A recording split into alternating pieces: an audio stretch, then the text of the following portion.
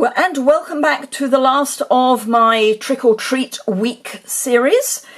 Today we are looking at this final one, which uses one of our cute little mini jam jars. These are food safe.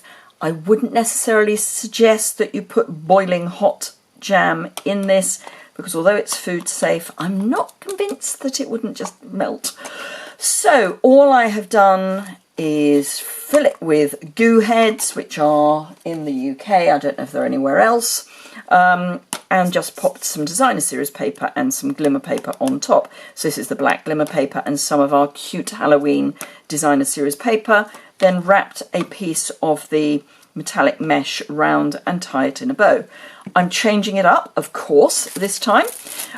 These were a bit naughty because these were retired punches, so I'm going to use die cuts this time. So your jars come in a little bag, just to protect them from getting scratched in the process of being dispatched. They do come in a box as well.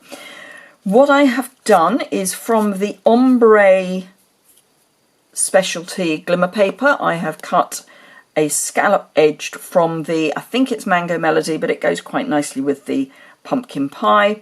And then from the designer series paper, and this is one with the bats all over it and the black on the back, I have cut a piece of the pattern paper. And I deliberately wanted a bigger gap between the two. There, you can nest them so that you get a tiny, weeny, teeny little bit sticking out, but that would be such a shame to cover this gorgeous paper. So all I'm going to do is, actually, I'm going to do something else first. I've also fussy cut the bat and the little pumpkin basket, and I'm going to add those on with dimensionals onto this. So I want to turn that over first. So I'm going to pop a dimensional there, and then mini dimensionals onto his ears, and then onto the back of the pumpkin basket. And I've just taken the pumpkin, I've not done the handle and the flowers because pumpkins are round, so the pumpkin will be further forward than the handle or the flowers. That's my thought process. So I'm just going to peel the backing off that. Now, because this is so small, I'm going to just stick it onto my take your pick so that I've got a handle to add that onto there, because there wasn't really very much else to hold on to. But if you do find you're struggling with holding smaller pieces, then you can always do that. And then this goes on upside down because it's a bat.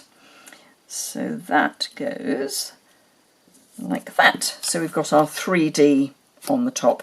And then this I'm going to pop on here with more dimensionals. And one of the reasons I'm using dimensionals is because dimensionals are really good at getting into glimmer paper. So it's quite a nice way of making sure they are going to stick.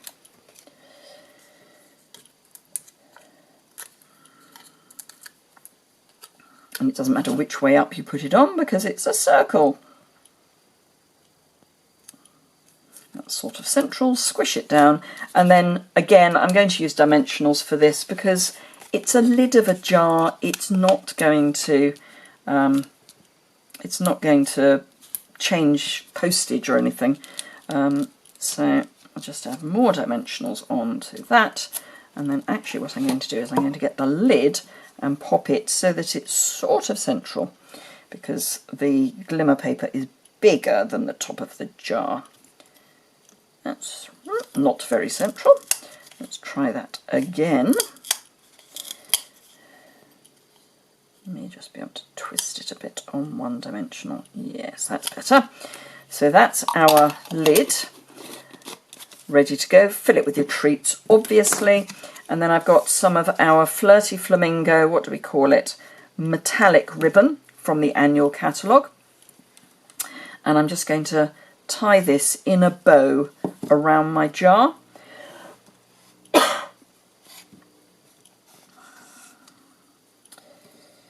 So just remind myself how you tie a bow. It's not difficult, except when you forget.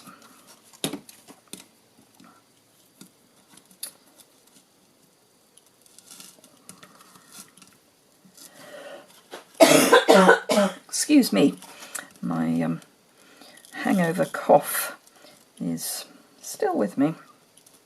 Comes and goes. And at the moment it's coming, and I wish it was going. I have been filming most of today, so that's probably why. Anyway, you can fiddle with a ribbon forever, so I will try not to. But I do like my my bow loops to be roughly the same length, and then just cut the ends at an angle. It does help stop them from fraying badly if you cut them at an angle. And obviously you'll have that full of something, but with a little bow as well, it just makes it look a bit prettier. So those are the two that we have made, or I have made.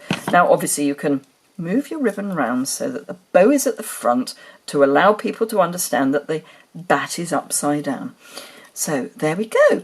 So I hope you've enjoyed that. I hope you've enjoyed the Trick or Treat mini-series.